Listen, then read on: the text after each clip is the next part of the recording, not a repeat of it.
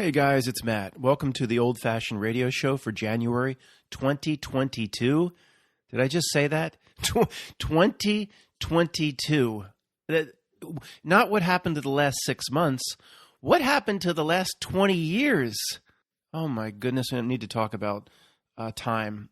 I personally believe it has been sped up in some way.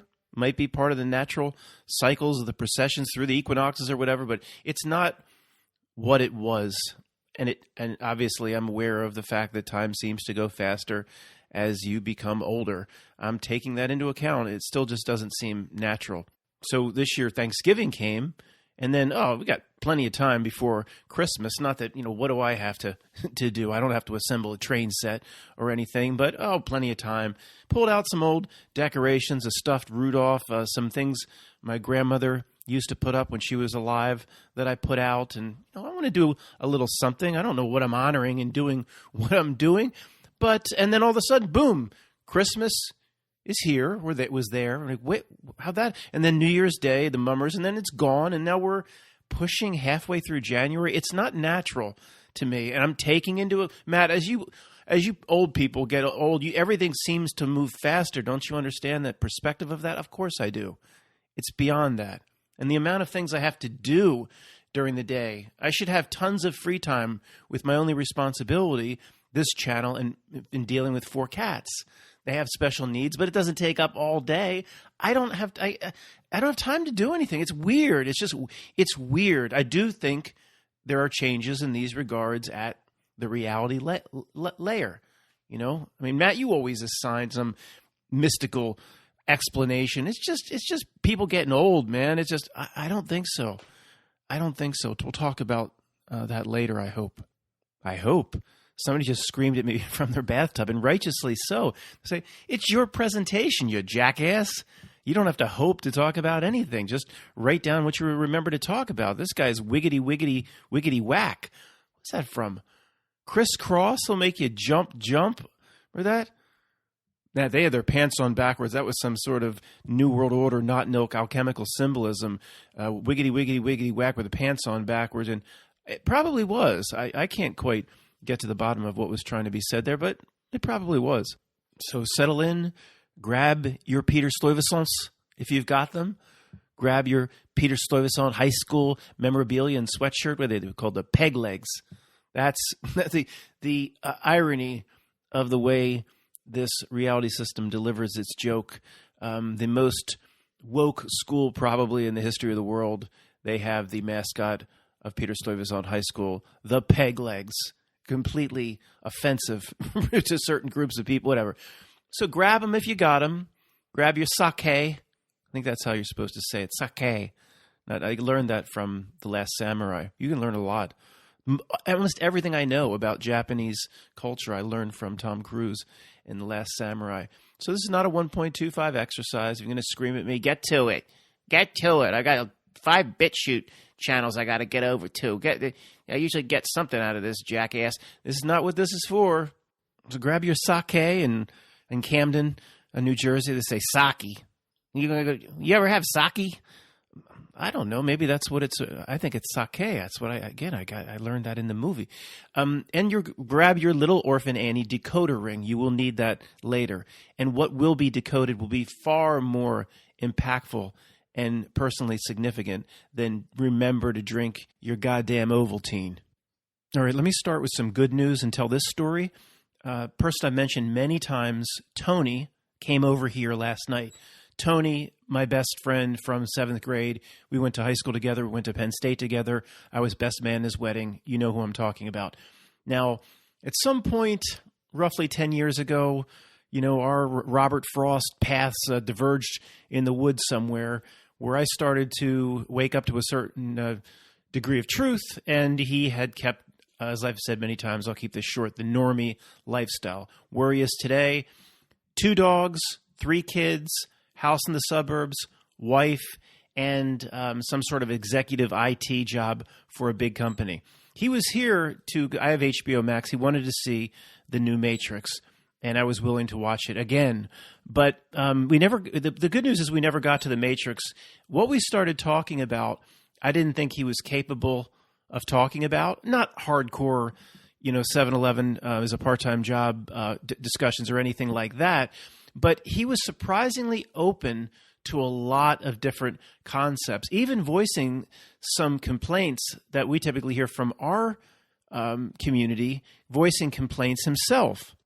So without me even bringing it up, he starts talking about why can't there ever be any good movies anymore, and why can't there be any good music? Music is his thing that really bothers him because he really likes his music. Back in junior high and high school, he was the first one with the U2 Unforgettable Fire or the new album, and he was always, the first one that would put the record onto the tape for us and things like that. The first one that had the Police's greatest hits. So the fact that there's been no good rock music, it really drives him crazy.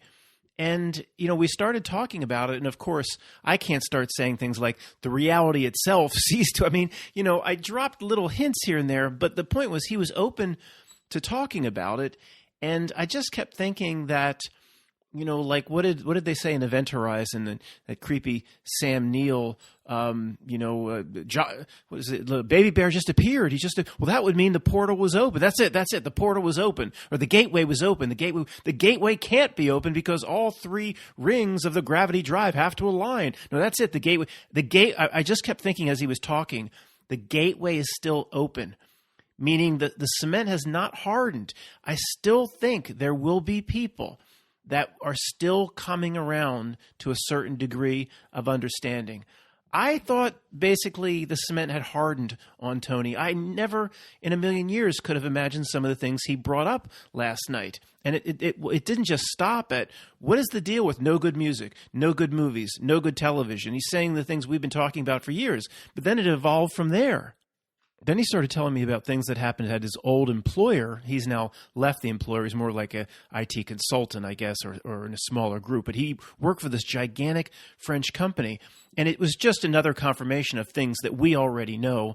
But it is nice to get another confirmation, and completely from his perspective. I wasn't pushing him or giving him any leading answers. It all came from him. And then when I actually did get into a little bit of, from his perspective, it would be considered conspiracy to explain why this was happening, and I'll tell you the story in a second. He was actually open to it, and he listened to me because there's almost no other explanation. So I'll try to keep this under 1 minute. Basically said that he worked for this humongous French company that had a very large U.S. subsidiary, but it's just one of these companies where, inefficiency reigns, middle-level managers that'll drive you crazy reign. He said this unit was kind of re-put together with him and 1 or 2 other people in charge. And because all the technology they were bringing in was new, they knew it, and the old guard at the old French company didn't know it. He was able to assemble his own team and do things like this. So these systems were so important, I don't know if they were HR systems or whatever they were, they left him alone. And he said for 2 years, it was incredible. We worked for this gigantic French company, but we had our own team. We had fun at work. We got our stuff done. We had fun. We were efficient. It just worked. Everything worked. Everything was efficient. And he said, just for no reason, I'm not like giving him any leading questions and trying to get him to say what I want to hear. He's just telling me the story. He said, you know what's going to happen, of course. No gigantic French conglomerate or any corporate egregore it doesn't abide by efficiency. It doesn't want efficiency. I didn't say that at first. Let me just follow along with what happened. He said everything was great, and then they brought this corporate guy in, of course, over everybody's head. Everybody has to answer to him, and he said everything changed, I don't know, like the Office Space, the TPS reports, and the culture changed, the feel of his unit changed. I don't know, 20, 25 people worked in his unit. Of course, there's like 30,000 in the company.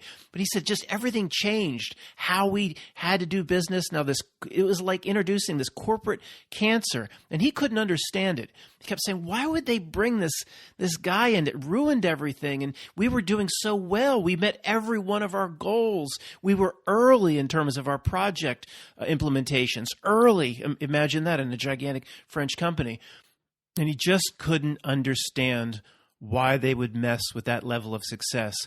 And it took a while for me to explain this, and I'm going to be much more direct with you so we can go on to the other topics for the radio show that are coming up. But I basically said, you to it it's like a reverse cancer. You were reverse cancer. It doesn't want efficiency. It doesn't want success in the way you define success. You were exceeding what it wants from its employees, which is not success or anything. You'd think, well, of course, everybody's programmed to say this. Corporations just want efficiency and they want profitability. No, they want to keep their employees, their human resources, at a lower level, that stagnant level that just moves along at a snail's pace, and it's just good enough to get things done. I said to him in so many words, I said, that success inside that old French conglomerate, the lights started going off like in the control center. You were a reverse cancer. You thought they should just be bowing down and looking to your unit and saying, let's see if we can learn from this unit. But see, it's hard. I said to him, Tony, you're not going to understand this at first. It doesn't want success the way you define it. And then we started talking about the movie Branded and corporate culture, which really, corporate culture is the corporate egregore. There's a lot of smart people who believe that corporations basically are an egregore, a thought form demon, some sort of sentience that works through its employees, that in a way, like I talk about the reality itself, tunes its employees to a certain frequency. And he kind of was like understanding what I was saying. And I think I was probably, this took 45 minutes of back and forth, so I'm trying to do it quickly here. But I called it a reverse cancer. I said, you think it wanted you to do well, and you think it wanted you to meet all expectations and bring the project in a week early, but it doesn't want that at every level. Even if you don't believe in the whole concept of egregore and all that, even the other business units and the other people don't want somebody that shines like that, because it may mean they have to bring their levels up to match. See what I'm saying? So of course, it couldn't go on. It couldn't abide by your success. I position it like the corporate entity itself couldn't abide by your success. Of course, it's going to bring in one of its degenerate cronies, corporate old guard, useless, degenerates to come and slow you down, to screw it up. It has to do that. That's the way every corporation ultimately has to be. It's never going to evolve itself into what's most positive for the human being. It has a charter and bylaws that exist in the ether, that doesn't exist in anything you could ever reference on paper, that's actually meant to keep a human being in a lower state. Now, I didn't say this to him, of course, meant to keep a human being, what they call us, in a level of control, in a level of mediocrity, never to rise up. These are the corporate bylaws that exist outside of our perception.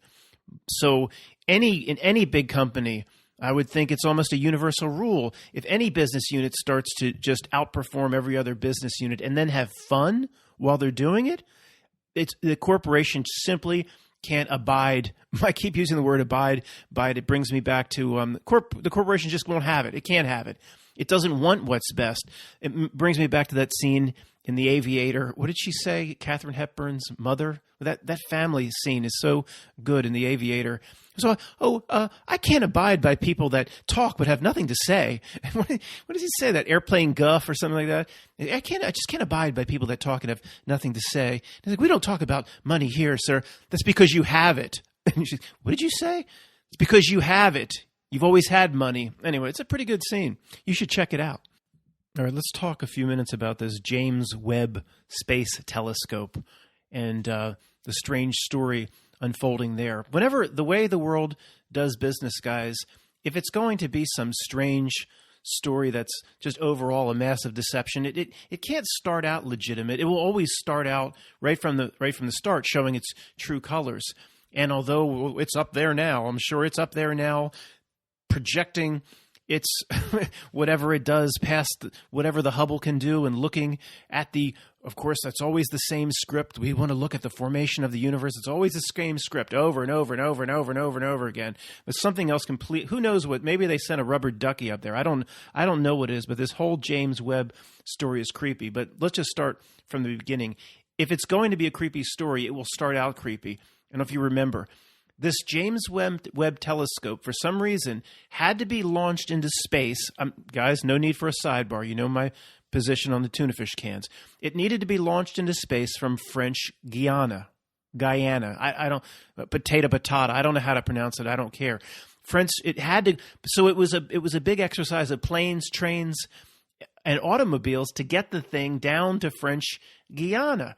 And I forget the story. I looked at it, or I even mentioned it in a video 2 months ago. That had to go on a ship, and then maybe it had to go through the Panama Canal, and then it had to go on a train, and then it had to go on it had to get to this launch site. Well, how come nobody has any problem with this story? Why didn't it just launch from wherever? Edwards Air Force Base, Vandenberg, wherever. Why can't it just launch from anywhere if the world is what they say and, it's just space up there and the ISS is just spinning around the ball? Can't it just launch anywhere, and once it gets up into space, just use its like laser blasters and its rockets to, remember that James Bond movie where the giant spaceship kept opening up its jaws and eating up the other spaceships? Why couldn't it just launch anywhere and then whatever, just use some laser blasters or something to just get over to where it needed to be into its trajectory?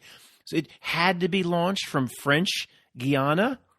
Why? It just doesn't make any sense. Of course, they probably have some bullshit. Of course but that whole story by itself, the original story about the James Webb Telescope tells you there's something dreadfully wrong with the story. And I hear you what you're saying. If anybody's rising up, Matt, when anything's launched into space, there's something terribly wrong with the story, because that just can't happen. Agreed. I don't know. The deep space, I don't know what they put up there, what they call a satellite that beams in your DirecTV, or how that happens. But in terms of something like traveling out, like a Cassini probe or something, I don't buy it. I don't buy anything could travel out anywhere. Then its launch date, Christmas Day. Yeah. Of all the days, these French Guyanans, they said they'd come to work today. What's the religion down here in French Guyana? Get these people in here. We got a launch to do. They have to launch it on Christmas. I don't know what.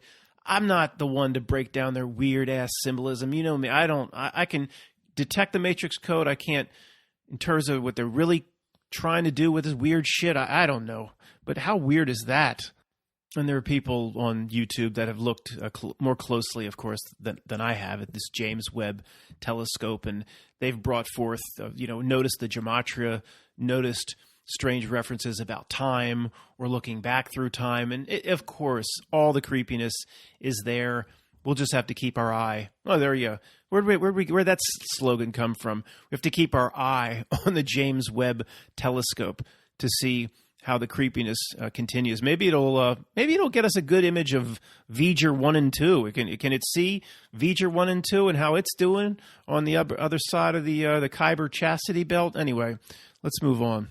I'm glad most people seem to like my Jack Burton imitation. I'm not going to do it here. You've had enough of that. But of course, I'm not.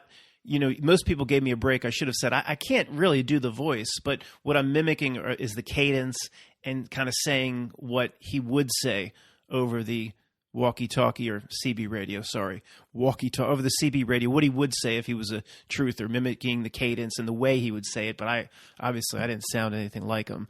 So thanks for giving me a break on that. Going forward, I'm going to introduce a small news or news update segment of the Old Fashioned Radio Show. Might as well start with our first news headline here. Apparently, it says, Elon Musk and Lin-Manuel Miranda of Hamilton fame, Lin-Manuel Miranda, not throwing away my shot, that him and Elon Musk are going to be switching roles this spring for 1 year. 1 year. For 1 year, Lin-Manuel Miranda will run the 20 to 25 global companies that they say Elon Musk is leading, and Musk will play the role of Hamilton, including the performances and the singing of My Shot and the rapping on Broadway. There's quotes from Elon Musk. He's very upset that he's being seen around the world as one-dimensional. He's basically saying it doesn't matter how many companies they throw at me to run. 40 companies, 100 companies, 1,000 companies. He's still just a CEO of companies, just a genius entrepreneur changing the future of business. To Elon, that's one-dimensional. He needs to be more than that. He needs to be a singer and a dancer. And it's his quote, not mine, bring out his inner child. At the end here, it says that the bigger risk is being taken on Broadway because Elon Musk didn't do anything, or he didn't run any of those companies anyway. He just was a front man or a stooge. So putting Lin-Manuel Miranda in the office, basically be playing with his figurines like Tommy Boy the first day back from where did he go to school? Marquette or something like that. And Luke, I am your father. He'll just be doing his figurines into the fan, like Tommy Boy. The companies will go on because Elon Musk didn't do anything to begin with. But you put Elon on Broadway, he is somewhat exposed. He cannot hide from the singing and the dancing. So there's no doubt, I agree with this article, Broadway is taking a much bigger risk. Lin-Manuel Miranda won't change the trajectory of Elon's companies because Elon didn't do anything anyway. Okay, guys, let's look at this. I think a few times recently we've been talking about how the world leader, synonym puppet, that's in office right now, the president or prime minister or whatever the title, is a bigger buffoon clown than the person who was before them or their predecessor. And this trend never seems to go back in the other direction. And is there some sort of contractual agreement that the creeps or the corruptors of reality can continue to run around and do their shenanigans as long as they keep basically giving the whole reality ruse away by tipping off the populace that things just aren't as they seem. And one of the ways they seem to have to contractually tip off the populace is by putting a bigger and bigger jerk into these leadership positions, or a bigger buffoon. And I'm thinking the whole point of me mentioning is this why they're talking about The Rock? The Rock. Can you smell what The Rock is cooking in the West Wing? I mean, they're not, I don't think for 2024. I think The Rock is seriously considering 2028. I'm thinking, well, wait a second. There's this contract here. They have to put a bigger and bigger asshole into office. The trajectory can never go back. The pendulum can never swing back the other way. So how do you do any worse than Biden? Well, I don't know what you do in 2024, but how do you keep this trend going if contractually they have to keep it going? Well, you put in a professional wrestler. You break down what people expect in terms of the reality that people expect in terms of politicians. You put in a professional wrestler who's known for raising an eyebrow and for showing off his biceps. It can't go back the other way. You would think at some point they would say, look, we have to make this look legitimate. We have to bring a charismatic Kennedy type so people think that the office of the presidency is legitimate. For some reason, they can't do that anymore. It always has to slide in one direction. I think the whole reality is a gigantic wake-up mechanism that will continue to slide towards the impossibly absurd until everybody that's capable of waking up wakes up. And 5 people rose up, and I heard you. The raising the eyebrow is just another form of one-eye symbolism. Yeah, probably. I don't know exactly what these creeps mean by all this stuff. They played the Katy Perry video during the halftime of the national championship game for college football, Georgia against Alabama. And there was one-eye symbolism in the Katy Perry video, and there's 2 instances of it in the first 20 seconds or something like that. No, right. Nobody should be surprised. It's a Katy Perry video. Is there anybody on what you call Earth that's creepier than Katy Perry? I mean, think about it. I don't know. I doubt it. And speaking of Alabama, I've mentioned this before, but I can't. Just because I said Alabama, I've got to mention this again. There's tons of truth drops in Forrest Gump, of course, but something that goes unnoticed, probably not by any of you guys, but outside of our circles, when Forrest is returning kicks for the University of Alabama, Crimson Tide, supposed to be Bear Bryant, the legendary coach, Bear Bryant on the sideline. Forrest is just standing there in the end zone, just doesn't do anything. And another Alabama player catches you've seen it, catches the ball, throws it into Forrest's gut and said, "Run, Forrest, run." And then he, runs through all the tacklers, of course, scores a touchdown, just runs out through the tunnel outside the stadium. But then they go to Bear Bryant, who's supposed to be Bear Bryant. He says something like, what does he say? He says, "That might be the stupidest son of a bitch alive, but he sure is fast." So you guys aren't missing that, right? He's the stupidest son of a bitch, I guess, alive. But he's going to the University of Alabama. He has full acceptance and admission to the University of Alabama. So one must wonder, with, 7 national championships down there recently, Nick Saban, do they have their own classes where they just have to rearrange rocks? I mean, what do they really have to go to class? Now, there's no doubt across college football there's huge differences amongst universities in terms of making these football players actually learn something. Some people say that's why Notre Dame hasn't been good for 20 years or so. They just have a standard where they just won't let their student athletes take away the student, arrange rocks. There's no doubt these big universities have classes set up just for the athletes so they pass. Is it arranging rocks, or is it something as sophisticated as Lego? Maybe it's just eating Lego my ego. But it's, you have to be a little skeptical when it's like, Alabama again? Yeah. Clemson again? Yeah. Although Clemson has a good academic reputation. They've only been good for 10 years. They stunk before that. Now they stink again. Maybe Clemson was legitimate, but it's like Alabama, Georgia, LSU throw in Alabama, Georgia. The other teams don't get ahead because maybe these kids actually have to go to class. So how does Alabama continue to recruit so well? And, we all probably have the same scripted story ready to go. Oh, they want to play for Alabama. It's a storied program, and Nick Saban, the legendary coach, and that's all it takes. If Nick Saban really wants a player, he just makes a phone call, and he'll get the 5-star recruit. Maybe it's something completely different. Maybe it's something that, son, we know you want to play for Alabama and Nick Saban, and that means a lot, but have we told you about the classes you're going to take at the University of Alabama? No, nobody told me about the classes. Let me tell you about the semester schedule that's set up just for you. 5 classes a week. Class 1, action figures. Action figures? We have to study and learn about, and we have to put them together as an engineering class? No, you just need to play with them. Class 2, you like crossword puzzles? Oh, I don't know. I'm not very good at them. But see, in this class, we give you the answers. The ones you can't get, we give it to you. See, let me tell you about the rest of the syllabus. And see, this is why you really need to come to Alabama. Now you're speaking my language. But we were talking about, the original topic here is the presidential and prime ministerial trend toward buffoonery. Prime ministerial. I learned that at the University of Alabama. And I'm starting running back this week, and I can tell the teacher what words need to be introduced in the English language, and the teacher will actually listen to me. It's a trend towards buffoonery. United States, it's just an X and Y graph, a linear straight line toward idiocracy. Clinton, Bush, Obama, Trump, Biden. We had, was it Cameron, Theresa May, then Boris and Natasha. Boris and Natasha from Rocky and Bullwinkle. Then we had, I don't know French politics, Macron, but he's playing the script now where he just keeps fighting with other leaders and putting his foot in his mouth and playing his script, although he does appear to be a little bit more legitimate than these other buffoons like Boris and Natasha. And then in Germany, is Merkel still there? She's been there like 100 years. And you can't say a whole lot of bad stuff about Merkel because, that rumor of who she's somebody's daughter.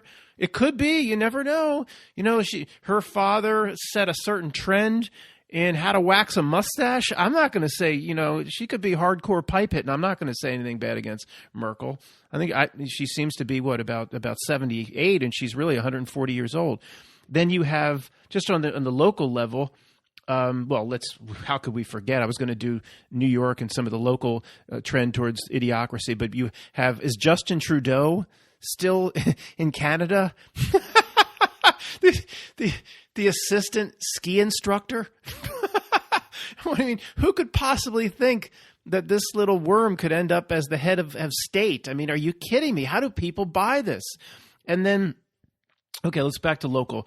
We have, I think de Blasio is still there. Is he still pushing his Shake Shack, his burgers and fries to get Action Jacksoned up? I think Cuomo is gone. Hold on a second. Yeah, Governor, who the hell is Kathy Hochul? When did this happen? Governor of New York, Kathy Hochul? What? Never heard of this woman before. I do live under a rock, but I thought Cuomo had gone, but so, and I don't know a darn thing about her. I mean, as far as I know, she's just very likable and brilliant, but I guess she's not. I would just go out on a limb that it's probably going to follow the same line towards idiocracy.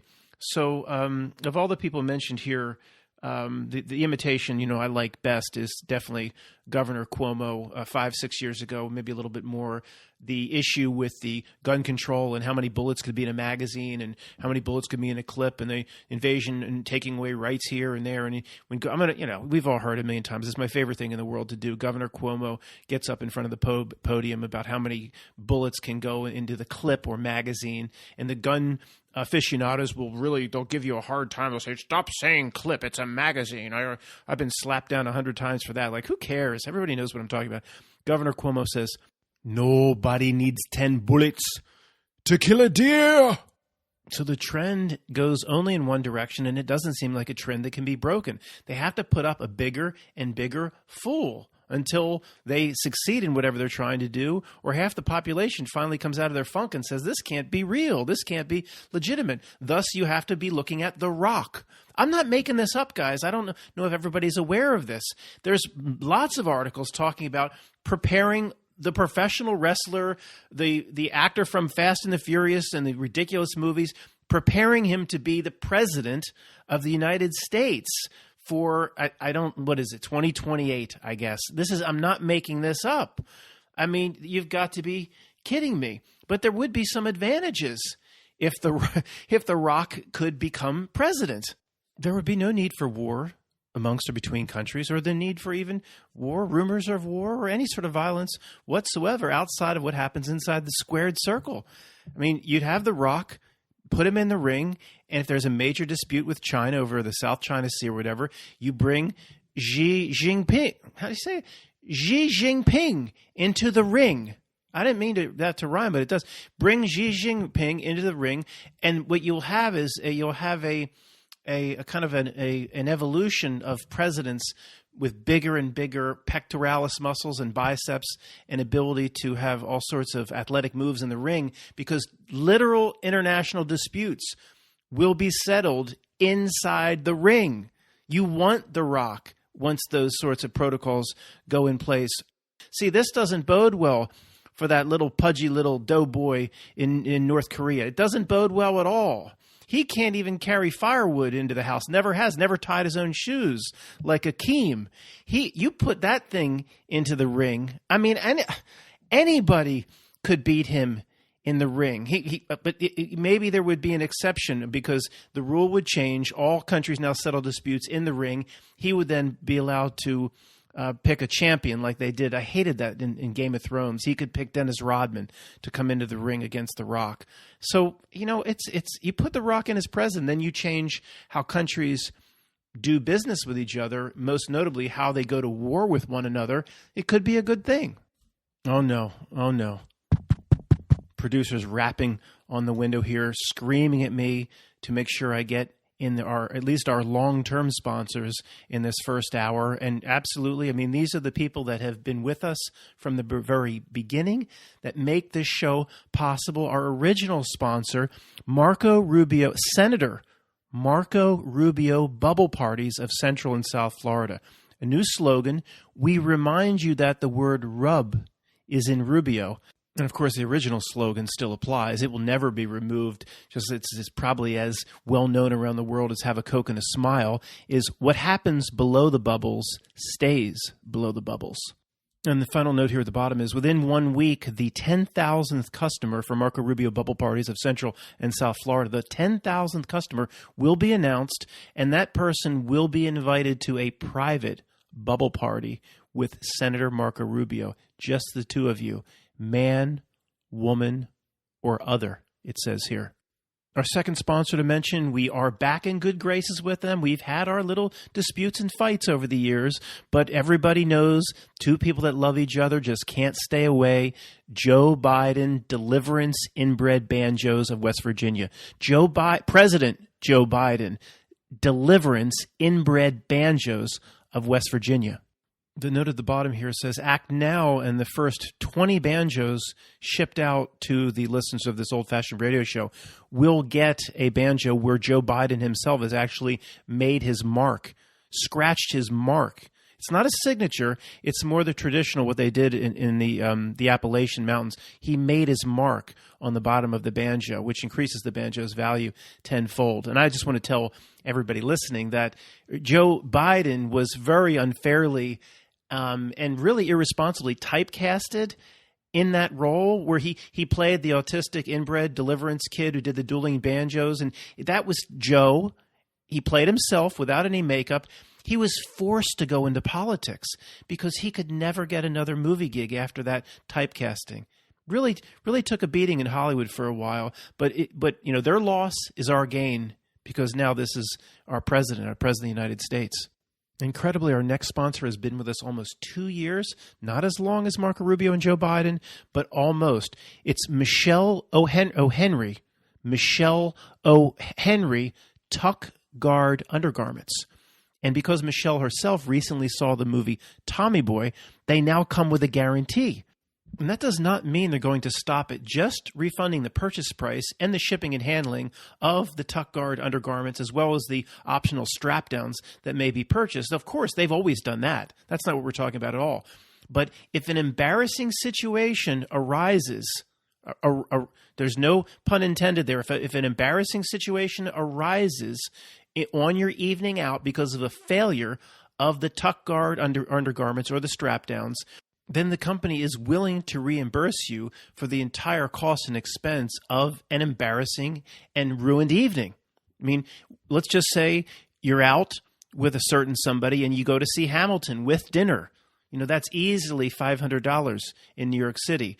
If the product fails and you pitch a tent, or let's just say it's a middle ground battle of the bulge. I mean, if the product fails and you either pitch a tent or battle of the bulge, this is a ruined evening, depending on the company you're out with. It's very embarrassing. The company will stand behind your ruined evening. Now, what company is willing to do that? And finally, we are so proud, a brand new sponsor from a company we loved since we were kids, MetaDongle Games. People don't know this, but Facebook just changed its name to Meta. They actually wanted, very much so, to change their name to MetaDongle. MetaDongle already exists. They fought it off in court, thus you have Facebook just going to Meta. So from MetaDongle Games, we have a new game. It's incredible. I wish I could show you this brochure. This is just audio. It's incredible. I'm turning the pages, looking at the graphics. It's called History Mixmash. History Mixmash. And what it is whoever wrote this script, I'm not going to fall for it. That was not an ISIS. I was not dropping an ISIS. Just reading a script. Pretty clever, whoever wrote this script. What it is your kids can take real moments in the video game, real moments in history, things we've all heard about. And like the Gettysburg Address, well, that's our first example. They could take real moments in history, but take out the central character in history and insert one of 5,000 other characters preloaded into the video game to see how the entire scenario would play out via certain algorithms and mathematical computations, to see how it would play out using the new character. If you, let me give you some examples so you understand how groundbreaking this game is. Okay, scenario in the game is the Gettysburg Address. The point of emphasis here is kids can actually learn about real history while having fun at the same time.